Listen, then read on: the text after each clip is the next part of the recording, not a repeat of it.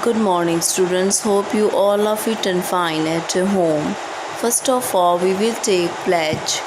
I, Rajandeep Kaur, commit to be vigilant and bear in mind at all times the risk to myself and my colleagues from COVID-19.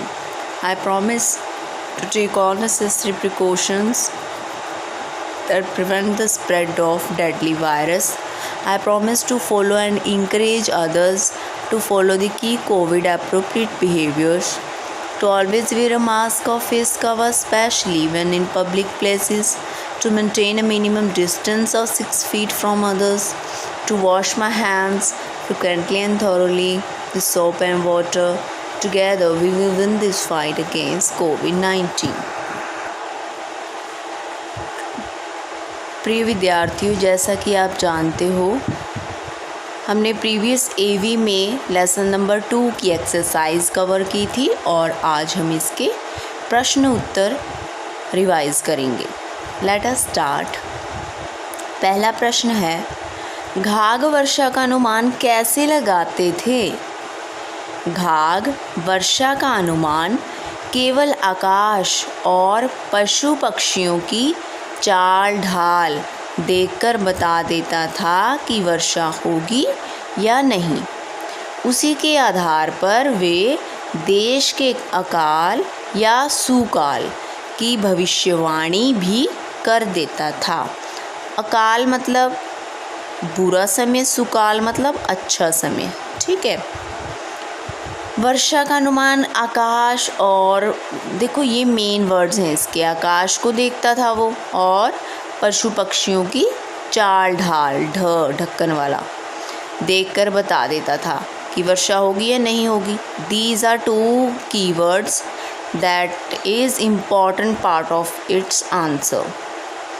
बस फिर बाद में आपने लिख देना है कि उसी के आधार पर देश में अच्छा समय या बुरा समय, अकाल या सुकाल के बारे में बता देता था।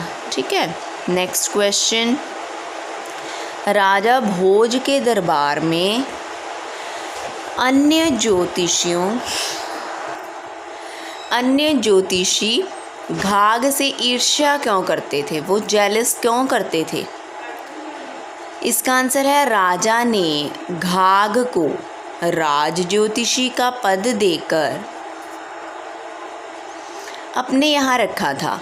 राज ज्योतिषी मतलब उसने पूरे राज्य का उसे हेड ज्योतिषी बना दिया था। ठीक है। राजा भोज के दरबार में अन्य ज्योतिषी भी थे, है ना, पर जब उन्होंने देखा कि एक बाहरी आदमी, मतलब वो है भी किसी और प्रदेश का था, राजा का कृपा पात्र बन गया। मतलब राजा, मैंने एज यू टोल्ड कि कृपा पात्र बन गया था, वो उसे ही राजा ज़्यादा इम्पोर्टेंस देने लगे। मतलब क्योंकि उसके पास ज्ञान था, ऑब्वियस है उसकी पूछ होने लगी, इसलिए ज्योतिषी घाघ से ईर्ष्या करने लगे। इसीलिए जो बाकी के ज्योतिषी थे वो घाघ से ईर्ष्या करने लगे थे, जलन करने लगे थे। नेक्स्ट क्वेश्चन, घाघ के हिसाब से वर्षा होने की पूरी संभावना थी, फिर भी उन्होंने राजा भोज को इसके बारे में क्यों नहीं बताया? आंसर, घाघ के हिसाब से वर्षा होने की पूरी संभावना थी।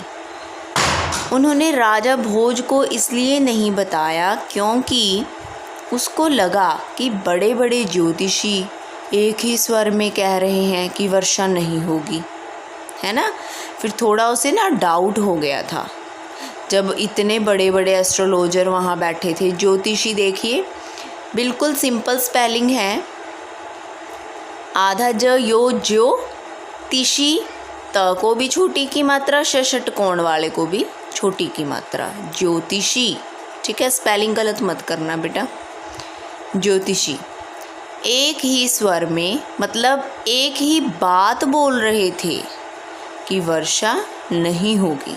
ठीक है, इसीलिए घाघ को थोड़ा शक हो गया, इसीलिए वो बाद में इस सूचना को पक्का करने के आधार के लिए उसने और भी थोड़ा अवकाश मांगा था। घाघ ने सोचा कि मुझे अपनी बात एकदम से नहीं कहनी चाहिए, ठीक है, एक बार फिर दोबारा हिसाब लगाकर बताना चाहिए।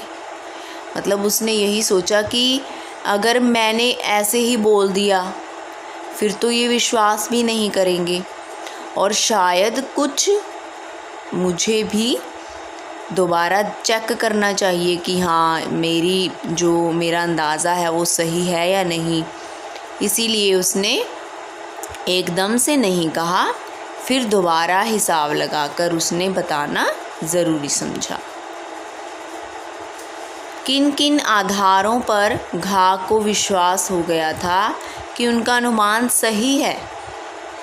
घाघ ने जंगल में घूमकर देखा कि गधे के कान नीचे लटके हुए थे। देख लो, उन्होंने ऑब्ज़र्व किया था ना बाहर प्रकृति और आकाश में जो गतिविधियां चल रही थी, उन्हें अच्छे से घाघ ने ऑब्ज़र्व किया, उनका परीक्षण किया।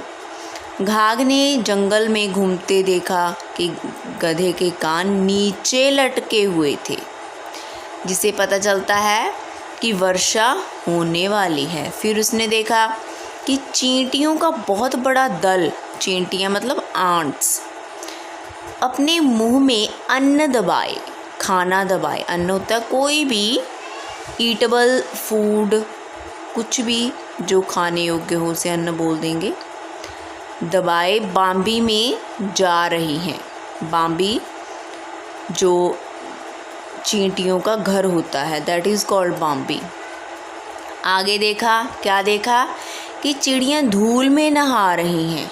चिड़ियाँ अगर अब धूल में नहा रही हैं जानबूझकर, धूल होता है मिट्टी, इट मीन्स वो बारिश का वेट कर रही हैं, बारिश में अच्छे से नहा लेंगी, ठीक है, फिर उनकी मिट्टी साफ़ हो जाएगी, है ना। इसीलिए वो जानबूझकर धूल में नहा रही हैं। थर्ड सिम्टम ये हो गया। आगे चीलों का झुंड गोला बनाकर, ग्रुप बनाकर आकाश की ओर जा रहा है। कहाँ जा रहा है? आकाश की ओर बढ़ रहा है। इन सभी कारणों से घाघ को पूरा विश्वास हो गया कि उसका अनुमान सही है, ठीक है। नेक्स्ट, भेड़ूरी ने वर्षा होने का क्या संकेत बताया? भेड़ूरी जो वही लड़की जो अपने पिता को कह रही थी कि इधर को ले आओ गायें, है ना, उसने वर्षा होने का क्या संकेत बताया था? उसने बताया था भेड़ूरी जिसका विवाह बाद में घाघ के साथ हो गया था, वो भी मौसम का एस्टिमेट लगाने में एक्सपर्ट थी, और घाघ भी, दोनों ने विवाह कर लिया था बाद में। So come back to the point now. लड़की ने बाबा को कहा कि नाले में टिटहरी ने अंडे दिए हुए हैं। टिटहरी इज़ अ बर्ड, ठीक है, वो खेतों में ही रहती है, खेतों में ही उनका घोंसला होता है। वह उसे घबराई हुई अंडों को उठाकर दूसरी जगह ले जा रही है। जो टिटहरी है वो अपने अंडों को उठाकर कहीं और लेके जा रही है। यहीं से भेड़ूरी को मालूम होता है, जिससे मालूम होता है कि वर्षा होने का संकेत है, क्योंकि अब बर्ड है, अगर उस पर बारिश पड़ गई अंडों पर वो तो ख़राब हो जाएंगे। इसीलिए टिटहरी एक सेफ़ प्लेस पर अपने अंडों को ले जा रही थी, और वो बहुत ही नर्वस थी। और इस सारी एक्टिविटी को, सारी चीज़ को कौन देख रही थी, कौन ऑब्ज़र्व कर रही थी?